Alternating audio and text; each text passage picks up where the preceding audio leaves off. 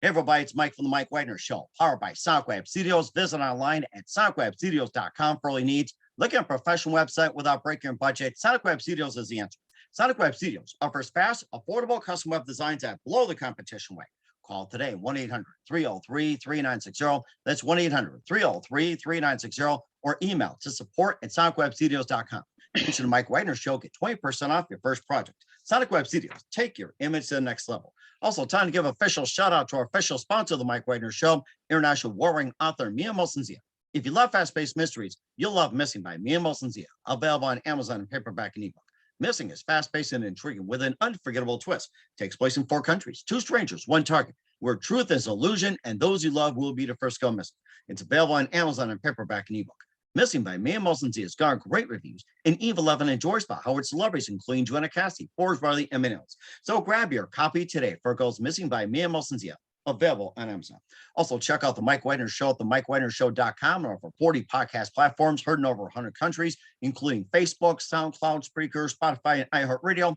Also, Anchor FM, iTunes, Google Play, Amazon, Audible, Apple Music. Also heard on HamiltonRadio.net, Diamonds FM, Oldies Radio, and a few other networks coming soon. Take the Mike Wagner Show on any mobile device. Subscribe to the Mike Wagner Show on the YouTube channel. Follow the Mike Wagner Show on Instagram, Twitter, and TikTok today. For great gift ideas, go to Amazon.com and check out the Mike Wagner Show podcast. T-shirts, pop sockets, throw pillows, tote bags, hoodies, baseball gear, and more. Makes great gifts 24/7. Go to Amazon.com and check out the Mike Wagner Show podcast. And for more great gift ideas, go to Amazon.com/Mia Mosensia for great books like Missing, Once, and Wrinkles. Also t-shirts, pop sockets, hoodies, phone cases, and more. Amazon.com/Mia Mosensia. Check it out today. I'll support the Mike Wagner Show on Anchor FM, PayPal, the MikeWagnerShow.com. Make sure you give generously today.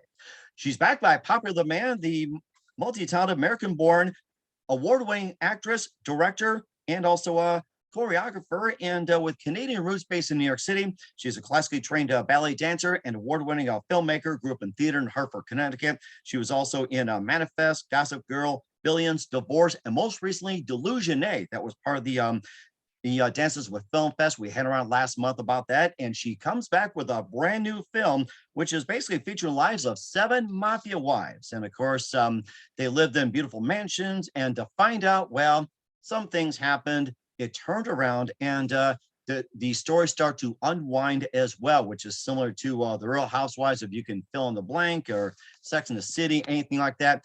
7 mafia wives, and this is pretty much a unique film called INVICTA. Live, ladies and gentlemen, from the Plus Studios in beautiful downtown New York City. The amazing, multi-talented, award-winning director, writer, actor, choreographer, and also with the new movie INVICTA, ladies and gentlemen, backed by popular demand, the multi-talented Breton Tyner-Bryan. Breton, good morning, good afternoon, good evening. Thanks for joining us once again.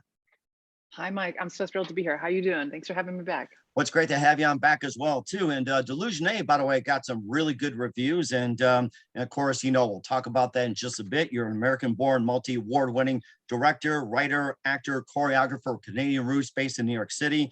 Also classically trained ballet dancer, award-winning filmmaker, grew up in Hartford, Connecticut. And also you're known for Manifest, Gossip Girls, Billions, Divorce, and most recently Delusione, which got some great reviews. Premiere at the Dancing with Film Fest in Los Angeles, we talked about last month, and your new movie, which is called INVICTA, premiering at the end of this month at the La Jolla International Film Fest. And before we talk about that and Delusione, once again, very quickly, tell us how you got started. So I was a kid that couldn't sit still, and I was my parents put me in sports, and I was dancing in the, I was playing Little League, dancing in the fields, dancing on the basketball court, dancing on the tennis court, just abhorrently not doing what was supposed to be happening. And so I kind of begged them for dance lessons, and they put me in tap and jazz and community ballet. And I sort of was they're do it for a year. And I kind of turned my nose up at it, did it for a year. And then I was give me the real stuff. So I entered serious ballet school when I was 8. And I was a really serious kid in that sphere, unless I was doing impersonations of my very famous teachers. But yeah, I was I don't know, I was extreme about it. I was really intense about ballet school. Oh my goodness. And of course that also carried over as well too in Manifest, Gossip Girl, Billions, Divorce, and also Delusione as well too. And plus you also won some awards as well too. Thank you. Yeah, Delusione's had like a really amazing run. I'm just so grateful that like the LA community's gotten to see it through Dancing with Films. It was just like at the Shoe Film Festival this past weekend in Los Angeles. It was up nominated for Best Experimental Performance, and it's gotten a lot of attention. And I'm really grateful. We've had some really amazing reviews, and I just appreciate so much that people like take the time to watch it and write about it. But what's so amazing to me is like they can through words better describe this film than I can. I mean, I can, my chosen medium is definitely writing dialogue and, as a performer, actor, as well as a filmmaker, director. But I've been like so touched by the reviews that just like expound upon the feelings that I have for the film, but also the feelings I had as a performer in it and somebody making it. And I just want to give it a shout out to the team. Like the film would be nothing without them. It's a group effort for sure. And it's amazing. It's just getting this attention, this exposure, because, through pandemic, I mean, like there's been so many changes and rhythms, you never know what's going to happen. And to be honest, I wasn't expecting like any of this. I just made this film for like my own, like creative sanity. I knew I wanted people to see it, but I had no vision that it would like win awards or travel all over the world, which it has. So yeah, it's been pretty cool. And I'm very grateful. And also being a filmmaker as well too, it's like that's something you're really passionate about. You've been involved in a number of projects as well too, and of course, just tell us about very briefly about Invicta as well too, and how did that first come about?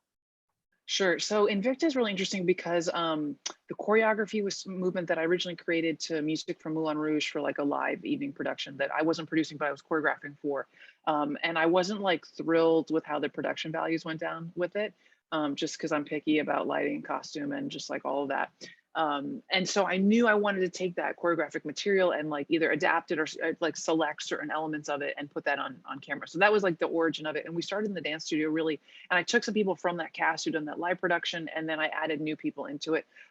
It's an all-female cast, female presenting cast. It wasn't originally, and that's just kind of how it like worked out in terms of like who was available and who wasn't, and who kind of like matriculated out.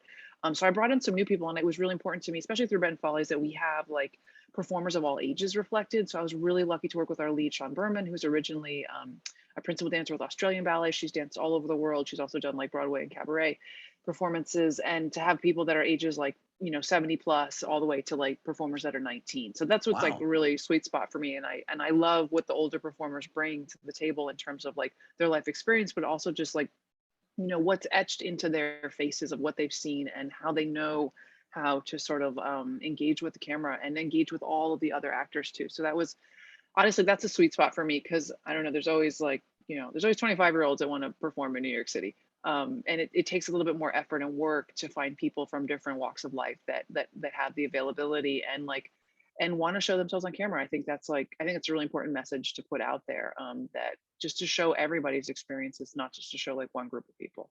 And that's certainly interesting as well too. We'll talk more about Invicta in just 1 minute, but first listen to the Mike Wagner Show at the MikeWagnerShow.com, powered by SoundWeb Studios.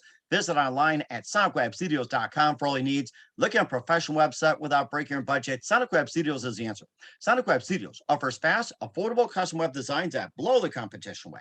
Call today, 1-800-303-3960. That's 1-800-303-3960, or email to support@SonicWebStudios.com. Mention the Mike Wagner Show, get 20% off your first project. Sonic Web Studios, take your image to the next level. Also, time to give official shout out to our official sponsor of the Mike Wagner Show, international award-winning author Mia Molson-Zia. If you love fast-paced mysteries, you'll love Missing by Mia Molson-Zia, available on Amazon in paperback and ebook.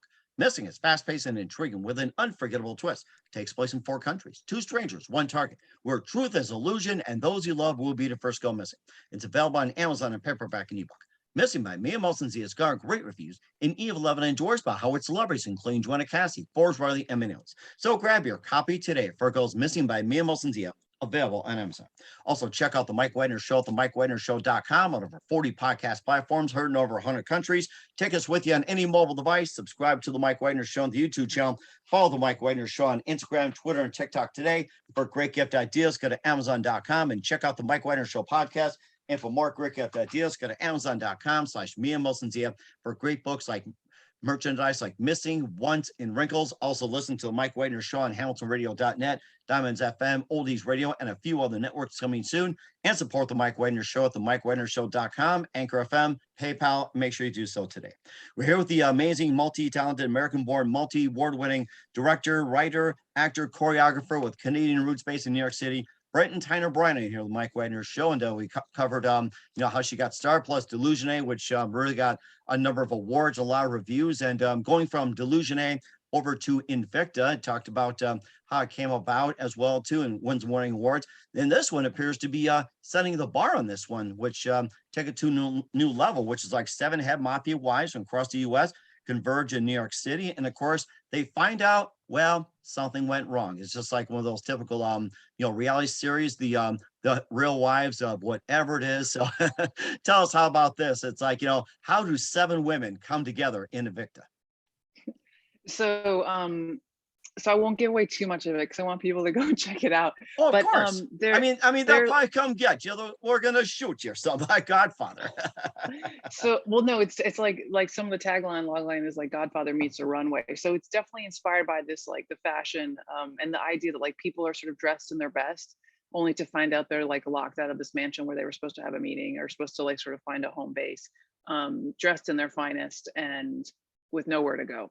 And sort of like they're wearing their value system, and you see that they're, they have to choose to either like be for each other, but they're really not. There's lots of alliances that are getting established, but it's about sort of like an undercover agent out of Miami that a young agent that sort of like infiltrates the wives by like having affairs with them, and that's sort of like we find out that person's an agent later on. But it's interesting to watch like what happens when the group is under pressure. I think that's a really interesting, I hate to say that over the past 3 years, but like what happens to groups when they're under pressure in terms of who unites and who fractures, and who makes what alliances and how long those alliances last. And you're sort of watching like people's egos try to survive. I think it's really about watching people's egos try to survive in the line of intimacy where people think they made an alliance, but then maybe they actually fall for someone, or maybe they get invested in a situation, whether it's like friendship or romantic love. It's a little James Bond. It's like, how blurry are those relationships when people are using one another? Mm-hmm. And what made you choose the theme of the mafia? I don't know if there's like it just spoke to me. I just looked at them and I just knew. The way I have to say, like the way this cast behaved. I mean, they're all like, it's terrible, right? They're all like New York City performers with dance backgrounds. So they're already like, they're a feisty bunch. They're a scrappy bunch. They've done a lot to get to New York City, and they've done a lot more to survive here and to make work and to thrive, and to get hired. So like, bless them, they're amazing people, but they are very like particular individuals. They're very strong personalities. And when we first got into the studio and I had some like the older cast members and I brought some new people in, you could just see like who sort of like collects to one side and who's ready to go, sort of more contentious energy towards one another. And that just became, the alliances became very clear. And I sort of was transparent to some extent with the cast about leaning into who they are and their personalities. Everybody's dressed to reflect their personalities and to accentuate them. And I think that's really a strength that I bring to the table in terms of not asking people to be something they're not, but I'm either magnifying something or like, toning it to be whatever level we're looking for. Like for example, like Sue Sable almost is like the sweetest woman ever. And we really leaned into this like villainous character for her. And she had a blast with it, so it's just sort of like pulling out different parts of people's personalities and letting them run with it, have a great time with it, and seeing other like more maternal moments and romantic moments come through.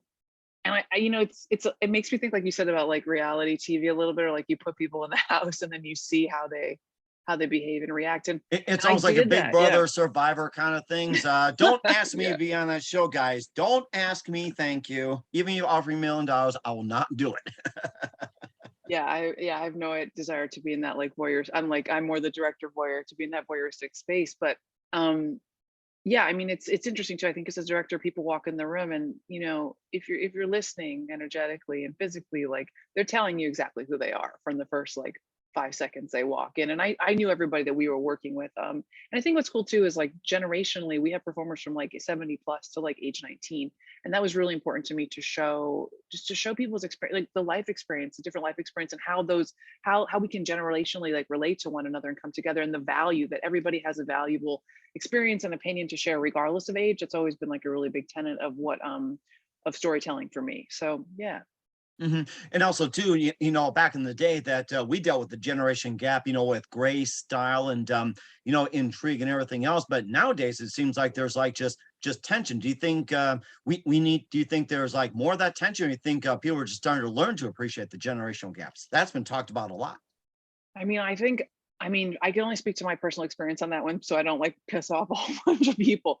But I just, I love knowledge and I love spirit and energy. And I think kindergartners have something to teach me. I mean, I've taught for 20 years. I think the 3-year-old has something to teach me. I think the 75-year-old, the 91-year-old has something to teach me. And I think so. I think what we're talking about more is community. Instead of like placing value based on age, can we place it based on knowledge, experience, kindness? Can we honor Interesting. kindness and the value of kindness as we share with one another? Because I think if we value kindness, then we're not really like judging where it's coming from. You know what I mean? We're not putting a face to what kindness should look like or a value. But for me personally, I love knowledge. And regardless of what someone looks like, if they have knowledge, I am wholeheartedly interested and attracted to spending time with that person and learning from them. And I think there's all different types of knowledge. Like nobody knows everything. And I think there's a lot of lessons in this life you have to figure out on your own.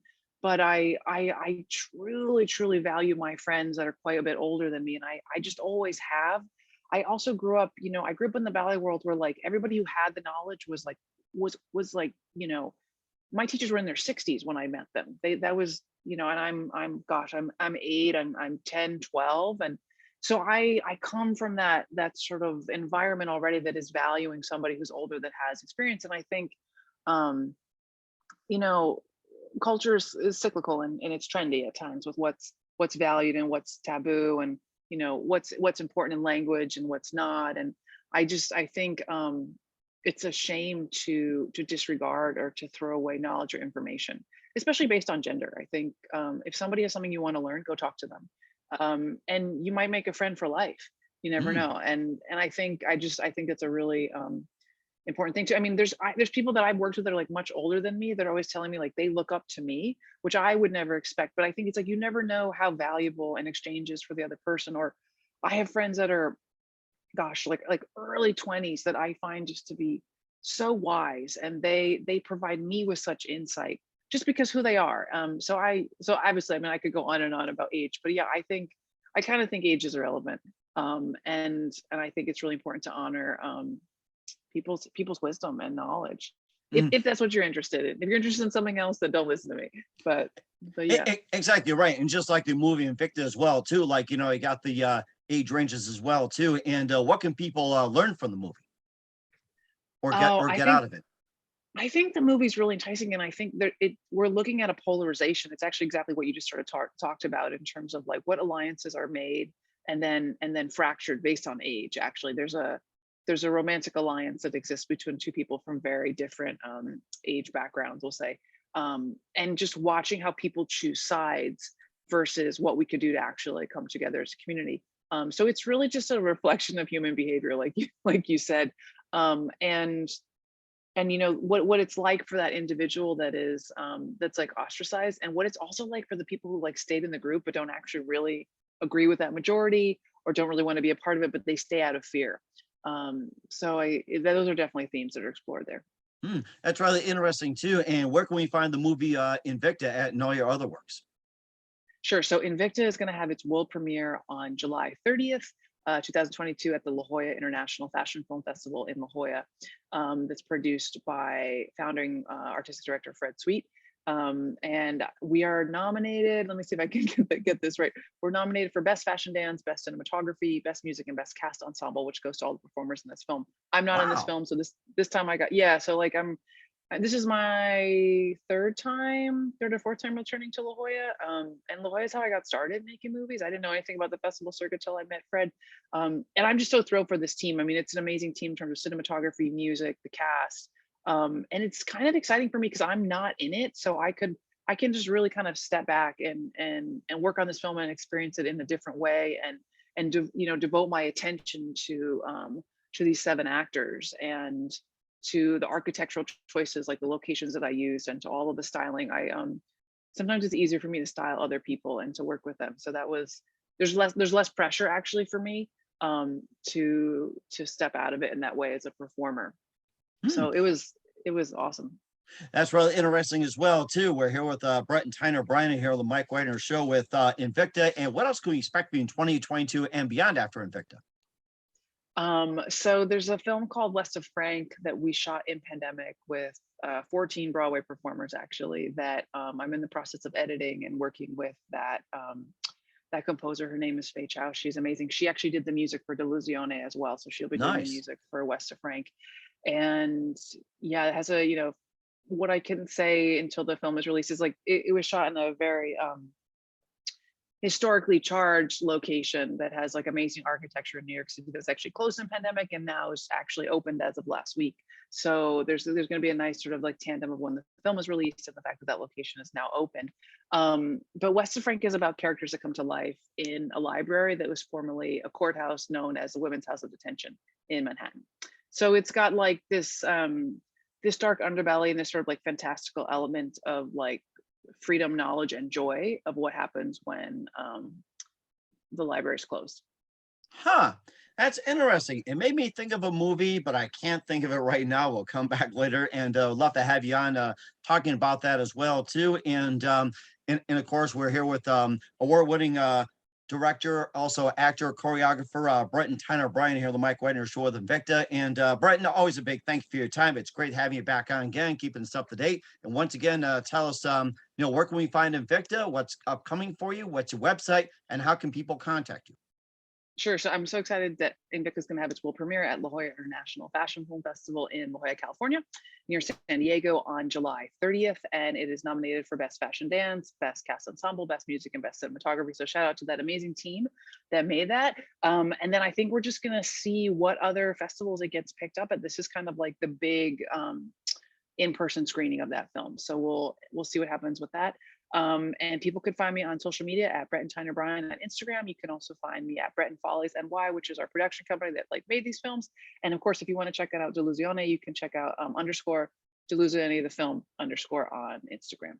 We certainly would do. So once again, Breton, a very big thank you for your time, and always great to have you on. Looking forward to having you soon. Just keep us up to date, keep in touch, and definitely wish you all the best. You've got a great future ahead of you. Looking forward to having you on again. Thank you, Mike. You're amazing. Thanks so much for having me back. I really appreciate it. It's been a blast.